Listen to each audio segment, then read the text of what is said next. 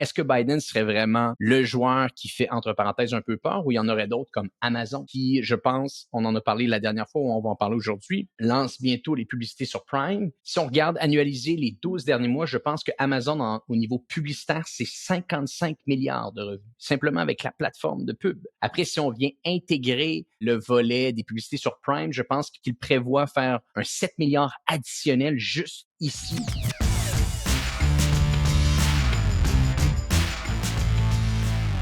Donc, on est de retour au podcast Hypercroissance en mode discussion d'affaires en compagnie, comme à chaque semaine, de Jonathan Léveillé, qui, encore une fois, aujourd'hui, vous invite à aller écouter l'épisode en direct sur YouTube parce qu'il va y avoir beaucoup de contenu visuel qu'on va intégrer pour parler des différentes nouvelles qui ont marqué notre actualité, de TikTok à Meta, à Tesla qui est peut-être en train de se faire voler sa couronne. Bref, Jonathan a fait le tour des actualités. Avant toute chose, Jonathan, comment ça va aujourd'hui? En pleine forme, beau week-end pluvieux, on s'est reposé. J'avais perdu la voix ce week-end, première fois de ma vie que je ne suis plus du tout capable de parler, donc j'avais bien hâte d'arriver mardi matin.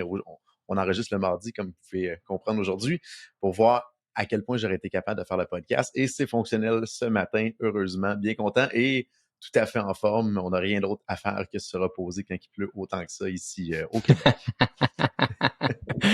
Bien dit. Ben écoute, ça veut dire qu'on est chanceux. On a Jonathan qui est en période de rémission de sa voix. Et là, finalement, on est capable d'avoir sa belle voix mielleuse pour le podcast. Donc, Joe, beaucoup de choses s'est déroulées dans le monde des affaires. Tu me sortais des chiffres un petit peu avant le podcast. Tu me parlais de TikTok, tu me parlais de Meta. Je te laisserai aller parce que je pense que beaucoup de sujets intéressants pour notre audience aujourd'hui. Absolument. Et je t'invite à contribuer. Il y a probablement plusieurs éléments que tu vas pouvoir ajouter des choses. Première nouvelle que moi, j'ai été extrêmement surpris. La compagnie ByteDance, qui est la compagnie mère de TikTok, ont publié leurs chiffres. Et ce qu'il faut mettre en contexte, c'est que ByteDance, à ma connaissance, c'est une compagnie qui est privée. Donc, c'est un peu plus difficile de vraiment voir ce qui se passe derrière les rideaux fermés, contrairement à Meta, qui est la maison mère de Facebook, Alphabet, la maison mère de Google et compagnie. Donc, les chiffres sont assez impressionnants et peu de gens encore au Québec sont habitués avec TikTok ou comprennent la mécanique de TikTok. Et là, les chiffres, je vous donne en rafale un petit peu, là, moi, ce qui m'a frappé, là, plus 34% de revenus dans le dernier trimestre pour arriver à 25 milliards de revenus dans le dernier trimestre. Et ce qui est impressionnant là-dedans, un, c'est le chiffre, mais deux, c'est en comparaison avec Meta, qui est la maison mère de Facebook, qui ont Facebook, WhatsApp, Instagram et j'en passe. Ils sont à 28 milliards de dollars Meta. Donc, TikTok, au dernier trimestre, serait seulement à 3 milliards de dollars de dépasser en revenus l'ensemble du groupe de Facebook, Meta, Instagram et WhatsApp. Et ça les amène à ce moment-là à annualiser, sur une base annualisée, à au-delà de 100 milliards de revenus pour des petits vidéos. c'est ce qui me fait complètement halluciner. Et pour ceux qui ne connaissent pas c'est quoi TikTok, c'est simplement des courts vidéos qui vont durer, je pense, entre à peu près 10, 15, 20 secondes à 2, 3 minutes maintenant.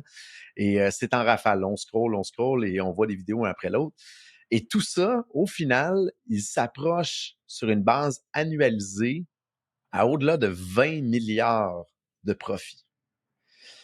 Donc, la valorisation de l'organisation se rapproche aux alentours de 300 milliards de dollars. Donc, ce qui est excessivement bas, en toute honnêteté. Et j'aime que tu l'aies vu directement, c'est excessivement bas parce qu'on parle à l'heure actuelle de seulement 15 fois les profits pour ce genre d'entreprise-là qui grandit le dernier trimestre à 34% de croissance de revenus sur le trimestre de l'année passée.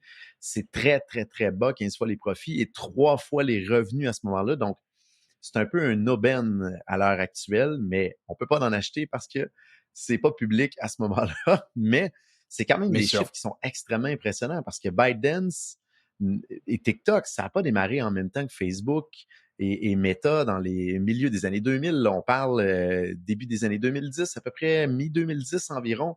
Donc, la vitesse à laquelle qu'ils avancent et surtout, je pense, d'avoir capturé un marché qui était plus du côté de l'Asie, du côté de la Chine en premier, leur ont permis d'aller sécuriser une base d'utilisateurs vraiment impressionnante et d'être extrêmement forts quand ils ont ouvert les portes à l'extérieur de la Chine. Et là, on voit que les chiffres sont complètement hallucinants et que tous les autres grands essaient d'imiter un peu leur modèle de cours vidéo en rafale, mais jusqu'à présent, ça fonctionne pas, là. Et toi, je pense que tu vois un petit peu ce qui se passe du côté de Meta, Ouais, Antoine, mais là. une question pour toi, juste pour être certain. Est-ce qu'on parle ici des revenus de ByteDance ou spécifiquement de Les TikTok? revenus de ByteDance. Et là, je ne sais pas qu'est-ce que ça inclut Hmm. d'autre au niveau de ByteDance. Peut-être tu as l'information de ton côté. Ben écoute, je pense que ça serait peut-être juste intéressant d'aller faire l'analyse, puis on mettra peut-être des liens dans les notes de l'épisode parce que effectivement, je pense que TikTok doit représenter la grande majorité des revenus qui sont faits avec ByteDance, mais essentiellement, ByteDance avait plusieurs applications à la base.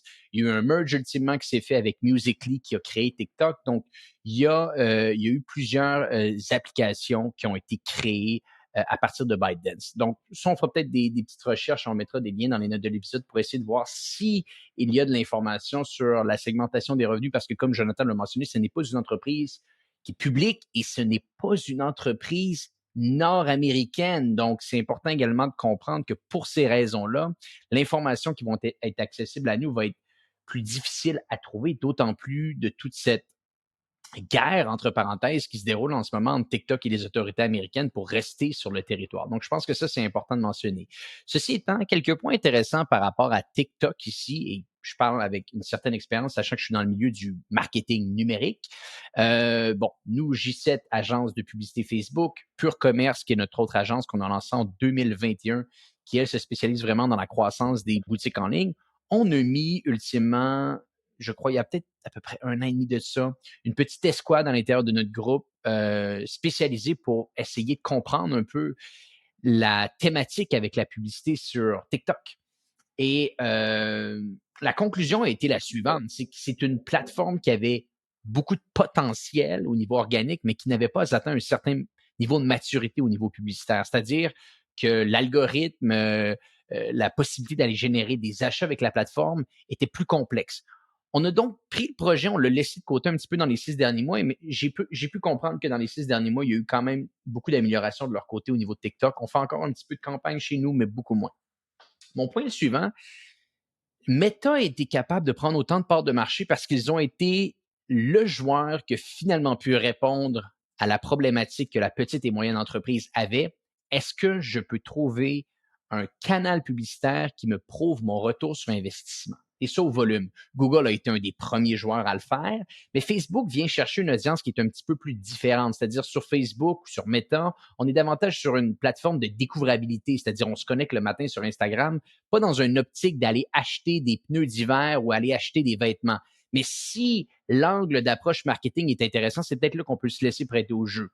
Donc, Facebook a été un des premiers joueurs à vraiment être capable de répondre à ce besoin-là de la petite et moyenne entreprise qui veut faire de la publicité, qui n'a pas des moyens de Coca-Cola ou des plus grandes multinationales et qui a besoin de voir un retour sur investissement.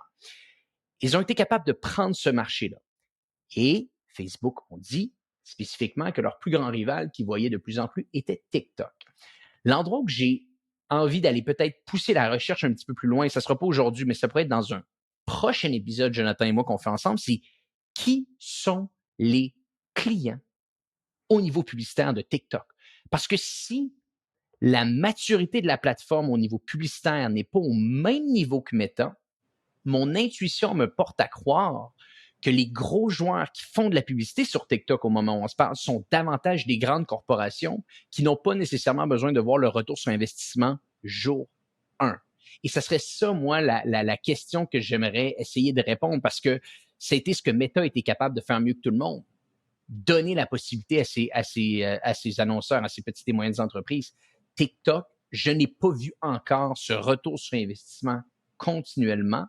Donc, je serais porté à croire que c'est peut-être davantage les grandes corporations qui investissent. Mais par contre, quand on arrive à des chiffres comme tu mentionnes, Jonathan, c'est qu'on a été capable de capter un énorme marché. Donc, clairement, je crois que ça pourrait nous donner la possibilité de faire un deuxième épisode dans les prochaines semaines sur vraiment un petit peu plus de clarté sur qui sont ces annonceurs-là qui investissent, pardonne-moi, massivement sur la plateforme. Deux items là-dessus. J'ai fait une petite recherche pendant que tu parlais par rapport aux revenus de ByteDance.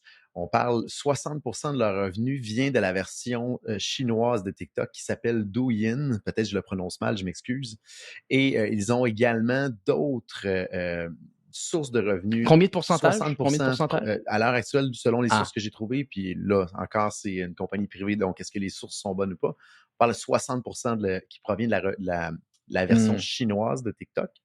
Mais ils ont également des revenus qui proviennent de d'autres applications, dont Jinrin Toutiao, qui est une plateforme d'agrégation de nouvelles, et Jinghua, désolé encore là pour ceux qui connaissent bien le nom, là, qui est une plateforme de vidéos longue durée. Donc, effectivement, ils ont d'autres revenus en dehors de la version que nous, on connaît de TikTok.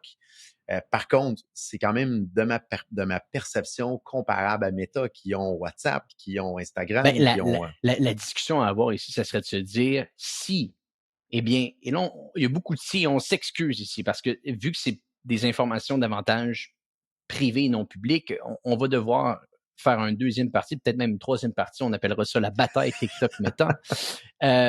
Mais mon point est de se dire si 60% des revenus de ce 25 milliards-là sont faits en Chine, eh bien là, je ne sais pas à quel point que Meta est en danger. Pour la simple et bonne raison que Meta n'est pas en Chine.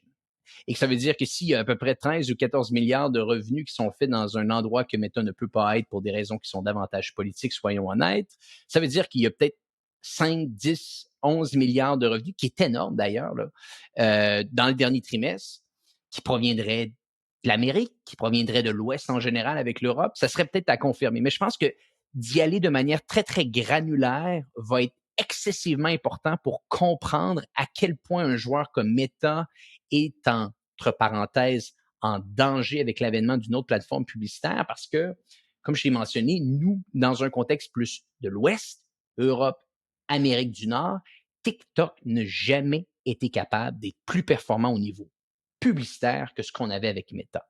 Donc, à mon avis, on connaît une chose ou deux en publicité. Donc, ça m'amène à croire d'où proviennent ces revenus-là. Et là, si tu me dis que c'est en Chine, à 60%, mais là, tu vois, ça vient confirmer certains points qu'on avait peut-être vus récemment. Bref, une recherche approfondie Je verrais une s'impose. menace quand même pour Meta parce que si Biden se réussit à générer autant de revenus du côté de la Chine et là, il commence à attaquer l'extérieur de la Chine et qu'à l'inverse, on voit Meta qui stagne un peu dans ses revenus et qu'il n'est pas capable d'aller chercher le marché de la Chine, ça donne un grand avantage à Biden de dire, moi, je peux aller sécuriser 1 milliard de personnes en Chine, plus l'extérieur à ce moment-là. Donc, c'est une position qui serait probablement Ben, favorable à... l'extérieur, on ne le sait Oui, pas. exactement, c'est assez... L'extérieur, on ne le sait pas. C'est ça le point. C'est que l'extérieur, on ne le sait pas. Et à ça, on pourrait faire un autre argument qui pourrait dire, est-ce que Biden serait vraiment le joueur qui fait, entre parenthèses, un peu peur, ou il y en aurait d'autres comme Amazon?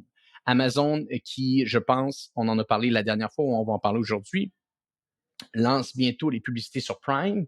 Si on regarde annualiser les 12 derniers mois, je pense que Amazon, au niveau publicitaire, c'est 55 milliards de revenus, simplement avec la plateforme de pub.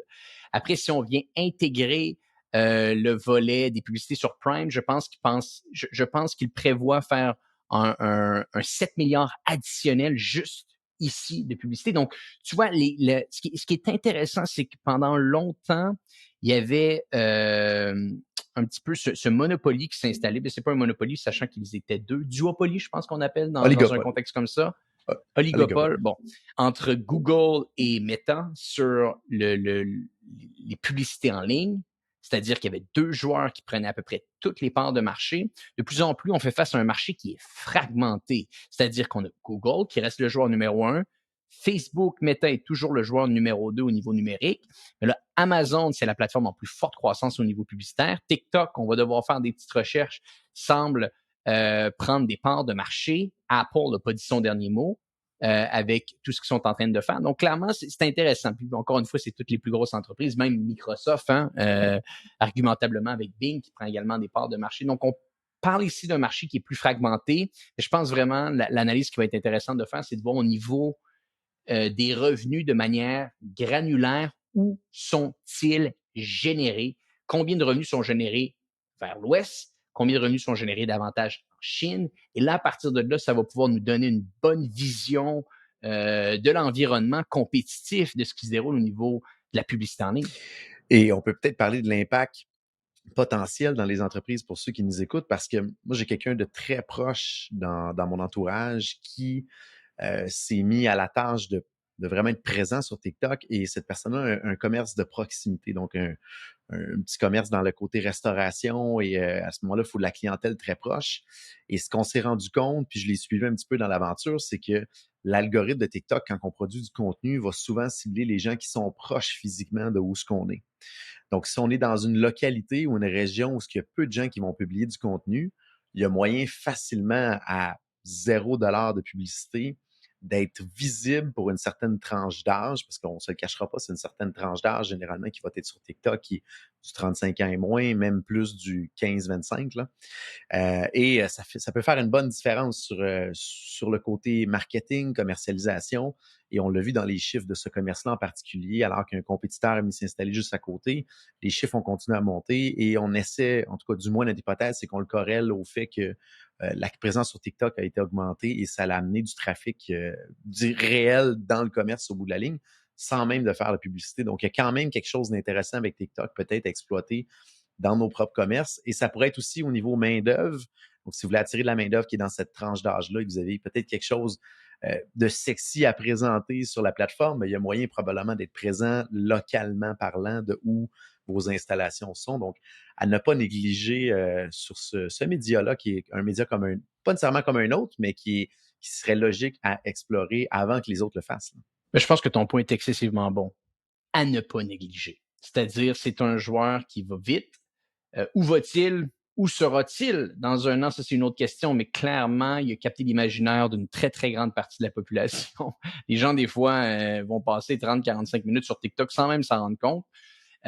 Donc oui, dans l'environnement du consommateur et dans l'environnement publicitaire, c'est un joueur excessivement sérieux depuis quelques années. 2 nouvelles reliées avec ce qu'on vient de dire.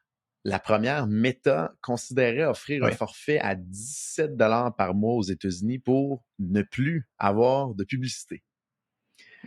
TikTok est sorti également publiquement.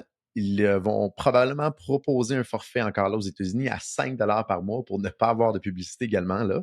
Donc, c'est des choses qu'on avait probablement, en tout cas, moi, je n'avais pas vu venir, mais à la Netflix qui est arrivée justement à l'inverse avec un modèle qu'on va mettre un peu de publicité, ça devient logique que des compagnies comme Meta regardent comment on peut augmenter probablement nos revenus et ils vont probablement tester ce marché-là, mais ça nous donne une idée un peu au niveau valorisation par usager moyen aux États-Unis, combien ça rapporte à Meta et à TikTok un usager dans le système. Donc, si Meta est prête à vendre un abonnement à 17 $, c'est probablement parce qu'il génère à peu près ce dollar-là en revenus publicitaires.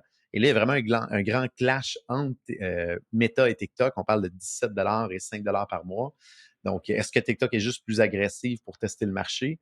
Mais ça me donne une idée un petit peu de ce qui se passe en arrière-plan puis des revenus par usager. Là. Ouais, puis écoute, je pense que au-delà de Netflix, je pense que ce qu'on voit, ce qui est excessivement drôle, si tu analyses vraiment avec un petit peu de recul ce qui est en train de se passer, il y a une quand Elon Musk arrive sur un marché, tout le monde suit. C'est impressionnant. Et les Mark Zuckerberg de ce monde et les autres diront le contraire. C'est sûr et certain. Musk a pris Twitter. La première chose qu'il a fait, il a renvoyé 80% de son staff graduellement. Il ne l'a pas fait en une journée, malgré qu'il le fait quand même assez rapidement, mais il le fait graduellement. Au final, je pense qu'aujourd'hui, il y a moins de 15% du staff chez Twitter, chez X, qu'il y avait à l'époque. Du moment que ça a été fait, il a ouvert la porte à toutes les entreprises technologiques qui ont fait la même chose. On se rappelle, c'était un des premiers vraiment à aller de l'avant. La deuxième chose qu'il dit, c'est excessivement dangereux d'avoir un média social qui a son volume de revenus uniquement axé sur la publicité. Le plus rapidement possible, il faut mettre un abonnement en place. Il a été critiqué, le Twitter Blue, c'est la pire chose, etc., etc. Finalement, il l'a mis en place, succès mitigé, mais clairement, il va continuer avec cette narrative et je pense même peut-être qu'il veut l'intégrer de manière globale pour l'entièreté des usagers. Qu'est-ce qu'on voit quelques mois plus tard? Facebook a testé ça avec Instagram. Maintenant, tu peux avoir Instagram Verified que tu payes un 10 ou 11 $ par mois. Je ne me rappelle pas exactement. Très, très, très, très utile. Beaucoup de revenus qui sont générés avec ça pour le moment. Après, ils veulent l'intégrer de manière un petit peu plus globale. Donc, clairement, on sent qu'il y a quelque chose qui est fait après qu'Elon Musk ait dit des choses et qu'il l'implante. On le voit avec d'autres joueurs. Et beaucoup de gens pourront argumenter là-dessus, mais ce sont des faits. Ce sont des faits. Maintenant, Qu'est-ce que ça veut dire? Ah ben là, c'est sûr et certain que ça peut créer un environnement qui est assez spécial, spécifiquement pour des entreprises comme la mienne, où est-ce qu'on fait la majeure partie de nos revenus, on est dans des organisations à faire de la publicité sur Meta. C'est-à-dire que si du jour au lendemain, 50% des gens qui utilisent Meta, prenons un exemple, assumant que le chiffre est 3 milliards au moment où on se parle, environ 3,2 milliards sur l'ensemble des plateformes, mais si tu passes à 1,5 milliard, qu'est-ce qui se passe? C'est l'offre et la demande. Automatiquement, la publicité va coûter plus cher. C'est-à-dire que tu as un inventaire de gens que tu peux rejoindre qui est divisé maintenant par 2. Par extension, ce qui va se dérouler, c'est que la publicité va coûter beaucoup plus cher et si on veut générer des résultats à ce moment-là, on va devoir être bien meilleur. Mon instinct me dit que Meta a fait des calculs assez importants pour comprendre ce qui pourrait se dérouler au niveau publicitaire, c'est-à-dire ils ne veulent pas cannibaliser non plus leurs revenus. C'est-à-dire que s'ils pensent ouvrir cette approche-là aux États-Unis, c'est qu'ils sont capables de voir qu'au final, il va y avoir un delta positif, ce qu'ils vont perdre en revenus publicitaires, si bien entendu ils le perdent, et ils risquent de le gagner de l'autre côté. Après, il y a eu beaucoup de discussions et de réflexions qui ont eu lieu dans les derniers mois au niveau d'un Facebook payant, spécifiquement en Europe, à cause des régulations qui sont en train d'être mises en place sur la privatisation des données, la possibilité à des annonceurs d'aller rejoindre les consommateurs sur la plateforme selon des actions qu'ils avaient faites sur Internet. Et à cause de ces différentes limitations, c'est là que Meta également avait ouvert l'idée de l'intégrer en Europe. S'il l'intègre également aux États-Unis, c'est qu'il y a quelque chose qui se joue derrière. Mais c'est clairement un moment qui est important à analyser et bien comprendre ce qui va se dérouler parce que c'est mathématique. Si ça se déroule et que ça a du succès, ça va créer une augmentation considérable des prix pour aller rejoindre les gens sur la plateforme. Mais on ne pourra plus parler à ce moment-là de marketing numérique et de publicité en ligne qui est moins dispendieuse. Ce ne sera plus le cas. On risque de retourner à un environnement qui est très similaire entre la publicité en ligne et la publicité traditionnelle, ce qui se déroule tout le temps. Une nouvelle plateforme émerge, elle est moins chère, on capture le marché, et à un certain point, quand le marché devient excessivement mature, les prix augmentent et tout redevient un petit peu plus à la normale.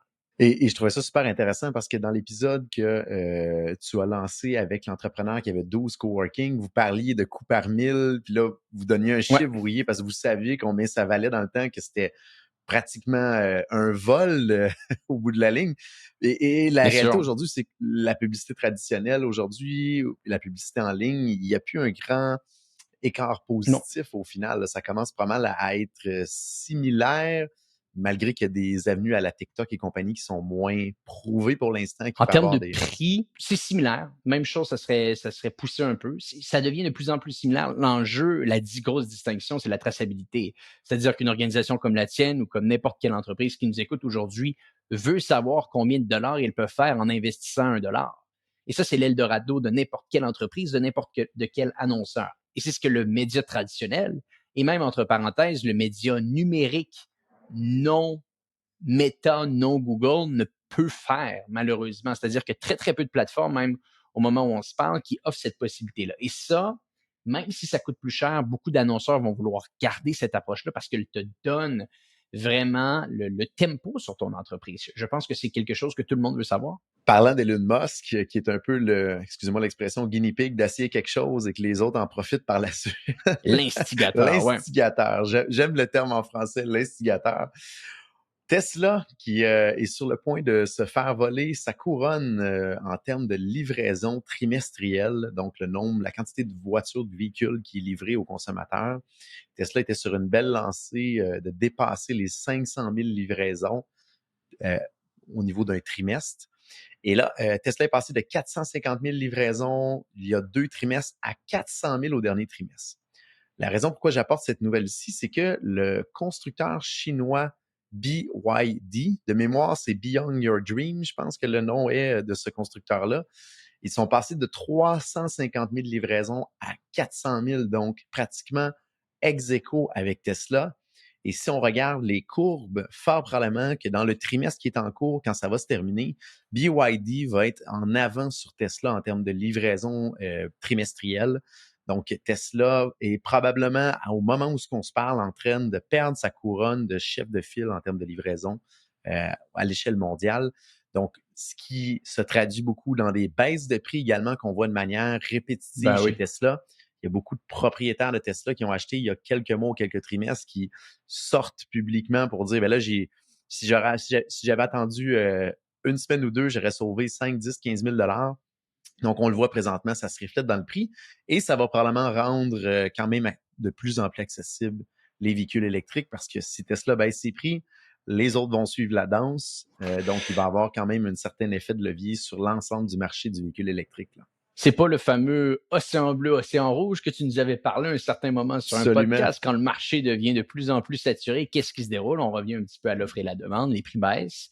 Et clairement, c'est quelque chose qu'on voit. Tesla Elon Musk surtout avait été très public là-dessus en disant que, il l'avait dit, je pense, c'était dans leur deuxième trimestre à l'annonce aux actionnaires. J'écoutais un petit peu le live en direct qu'il donnait. Et clairement, on était dans une situation, et on l'a encore, mais je pense que c'est de plus en plus nuancé, dans une situation économique plus complexe. On reste dans une situation économique plus complexe. Si on analyse spécifiquement ce qui se déroule en ce moment, il n'y a jamais eu autant de dettes pour le consommateur. Ça atteint des niveaux jamais aussi élevés, autant au Canada qu'aux États-Unis. Donc, on peut comprendre qu'il y a un environnement au niveau du consommateur qui est plus fragile. Et Tesla a pris le pari de se dire, dans cette période-là, on va attaquer le marché sous forme de prise de marché agressive au lieu de profitabilité. C'est-à-dire, on va sacrifier la profitabilité à court terme pour venir s'installer. Et ultimement, quand les choses vont redevenir à la normale, on risque de retrouver un petit peu la profitabilité, pardonne-moi. Donc, ils sont très vocaux, intentionnels avec leur stratégie. Est-ce que ça va leur permettre de rester numéro un, de continuer à l'être? On va voir dans les prochains mois, mais clairement, on voit que c'est un marché qui a changé excessivement rapidement. Il n'y a pas tellement longtemps, ils étaient le seul. Tu voulais une voiture électrique, tu pensais à peu près uniquement à eux. Maintenant, c'est un marché qui devient un petit peu plus vaste. Beaucoup de joueurs qui s'installent dans le marché des véhicules électriques. Et si je retourne à Elon Musk, j'ai hâte de voir parce que là, on parle de Tesla, SpaceX, Starlink, Neuralink, Twitter qui est rendu X et j'en passe. Quel sera son prochain bébé sur lequel il va s'occuper? Est-ce qu'il va retourner chez Tesla pour tenter de ramener les ventes vers le haut? Donc, ça va être à suivre, je pense, dans les prochains trimestres. Toujours surprenant de le suivre au day-to-day, là. Bien sûr, c'est un des hommes les plus fascinants, voire, à mon avis, le plus fascinant au monde. Prochaine nouvelle, j'aimerais parler de Johnny Ive, qui est le génie du design industriel chez Apple. Donc, la majorité des appareils que vous utilisez aujourd'hui qui portent le logo de la pomme ont été designés par Johnny Ive ou par son équipe. C'est une personne qui était très, très, très proche de Steve Jobs. Il y a eu un grand, grand impact dans l'histoire d'Apple et de Steve Jobs, qui n'est maintenant, Johnny Ive n'est plus chez Apple. Il est sorti là, de chez Apple dans les dernières années. Et là, pourquoi je vous parle de cette personne iconique mondiale, c'est qu'il y aurait une rumeur que Johnny Ive et OpenAI, qui est derrière ChatGPT, serait en pourparlers pour lever 1 milliard de dollars avec SoftBank. SoftBank étant très médiatisé pour leur investissement négatif, entre autres, dans WeWork et beaucoup d'autres entreprises que ça a mal tourné. Un des plus gros fonds technologiques au monde. Et le plus gros fonds technologique au monde également aussi. Donc, on parle des côtés négatifs, mais ils ont fort probablement des bons coups de circuit de l'autre côté. Et ils seraient en train de discuter pour développer un appareil qui serait propulsé par l'intelligence artificielle. Et là, il y a du mystère derrière tout ça. Je pense qu'Antoine, tu as eu la chance d'aller t'abreuver un petit peu et tu as un peu plus d'informations, là. Ça va être trop difficile pour moi d'expliquer tout ça parce que quand j'écoutais la conversation, moi-même, j'ai essayé de me faire une vraie tête là-dessus. Mais vous allez écouter la conversation, vous allez voir à quel point que ça fait du sens. Je le mettrai dans les notes de l'épisode. C'est un de mes podcasts favoris, le All In Podcast, qui est animé par 4 joueurs qui ont eu énormément de succès aux États-Unis. À mon avis, 3 d'entre eux sont milliardaires, l'autre doit valoir une centaine de millions. Jason Calacanis, David Sachs, David Friedberg et Chamath, son nom de famille trop difficile à prononcer. Bref, les 4 avaient une conversation exactement sur la même nouvelle. Et il y avait une explication de David Friedberg de qu'est-ce qu'il pensait qu'il pourrait se dérouler avec ça. Et j'ai trouvé ça d'une fascination assez incroyable. Donc, je vais vous inviter à aller écouter cet extrait-là pour vous faire une tête là-dessus, mais clairement, on parlerait ici de plus qu'un simple téléphone. Quelque chose de beaucoup plus large, beaucoup plus profond que toi et moi, à mon avis, on est capable de visionner au moment où on se parle. Je vous inviterai à aller écouter la conversation parce que clairement, Johnny Ive, c'était le bras droit de Steve Jobs. Hein? C'était le bras droit de Steve Jobs au niveau du design. Il était derrière le lancement des plus gros produits qu'Apple n'a jamais eu. Par la suite, il est allé fonder sa firme de design. Je pense qu'il préside encore toujours sa firme de design au moment où on se parle. Et je pense qu'on n'a plus tellement besoin de parler de OpenAI, de ChatGPT, la force qu'ils sont en train de générer avec leurs différents outils. Donc, oui, allez écouter l'extrait que je vous dirai, je le mettrai dans les notes de l'épisode, mais clairement, je pense que ça vaut la peine de se faire une tête là-dessus. Et ce qui est intéressant, c'est que Hive, à l'intérieur d'Apple, avait une force incroyable au niveau mondial parce que Apple a une marque reconnue, a les dollars qui sont en arrière aussi, avait l'iconique dont on lance un produit et tout le monde veut se l'arracher. Johnny Ive, seul dans sa firme de design de l'autre côté, il manque des éléments pour être capable d'avoir un impact mondial. Et là, s'il a le dollar qui vient de SoftBank, et là, la voix d'OpenAI, la force du brand un peu d'OpenAI avec une intégration exactement d'intelligence artificielle, il en manque pas gros pour être capable d'avoir une force similaire à ce qu'il avait chez Apple. Bon, il y a le côté brand et le côté d'encensement qui n'est peut-être pas encore là, mais il pourrait fonder ou partir quelque chose qui aurait un impact vraiment impressionnant au niveau mondial. Donc, ça va être super intéressant à suivre dans les prochaines années. Il manquerait juste un Elon Musk qui s'en mêlerait pour être capable de... Ah ben là, je pense pas qu'on va revoir Elon Musk avec OpenAI de sitôt. Ça, je crois qu'ils ont été très clairs, Sam Altman et Elon Musk, ils ne sont plus... Je pense qu'ils se respectent, mais ils ne sont plus des amis au moment où on se parle clairement. Même qu'on en a parlé, je pense, sur un des podcasts. Elon Musk a lancé son entreprise de AI. Donc, je pense que Ivy va rester vraiment avec OpenAI pour le moment où on se parle. Très hâte de voir ce qui va se dérouler pour la suite. Jonathan, est-ce que tu avais d'autres nouvelles pour nous avant que je te laisse? Je terminerai avec une petite nouvelle qui est sur le côté alimentaire. Pour ceux qui ne connaissent pas le médicament Ozempic, qui était précédemment un médicament qui était utilisé pour les diabétiques, ils se sont rendus compte que ça permettait de couper un peu la faim et d'aider les gens à perdre du poids au bout de la ligne. Ça l'a sorti positif au niveau des agences de régulation, comme quoi qu'il y avait peu ou pas d'effets secondaires, de ce que j'ai compris, là, et je ne suis pas spécialiste là-dedans, donc je mets un bémol là-dessus. Donc, Ozempic et Wegovy qui sont maintenant commercialisés à grande vitesse dans plusieurs nations, plusieurs pays, dont les États-Unis, entre autres. Et là, pourquoi je vous parle de cette nouvelle-là, c'est que le CEO, donc le président de Walmart, est sorti publiquement dans les dernières journées pour dire qu'il y a un impact qui est réel et visible dans les chiffres de Walmart en termes de diminution du panier alimentaire moyen d'une personne qui va chez Walmart qui consomme ces médicaments-là. Donc, dans leurs chiffres à eux présentement, c'est assez significatif pour qu'ils s'y penchent et qu'ils commencent à regarder, mon Dieu, la tendance, elle est à la baisse et là, on vend de moins en moins de nourriture et on le voit dans les chiffres. Et pourquoi Walmart? Parce que Walmart a une pharmacie à l'interne, donc ils sont capables de relier la donnée entre les gens qui consomment ces médicaments-là et le panier moyen au niveau du nombre de calories ou le nombre d'unités dans le panier alimentaire. Donc, il y a vraiment quelque chose qui se passe en termes alimentaires et ça va être surprenant, je pense, de suivre ça devant nous parce qu'il y avait entre autres les gens chez Pringle qui disaient que ça commence à être une menace.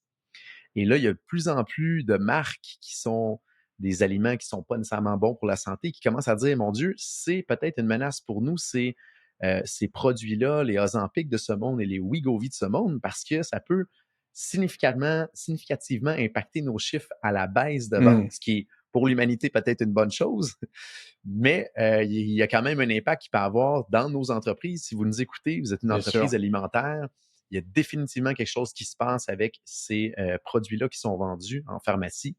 Donc, à suivre et à regarder devant nous. Et quand Walmart sort publiquement pour dire « on voit une différence dans nos chiffres », c'est que la tendance, elle n'est pas juste amorcée, elle est réelle. Jonathan, merci encore pour ces différentes nouvelles. Je pense qu'on a toujours beaucoup de plaisir à parler business ensemble. J'espère que les gens qui nous écoutent ont du plaisir également à nous écouter.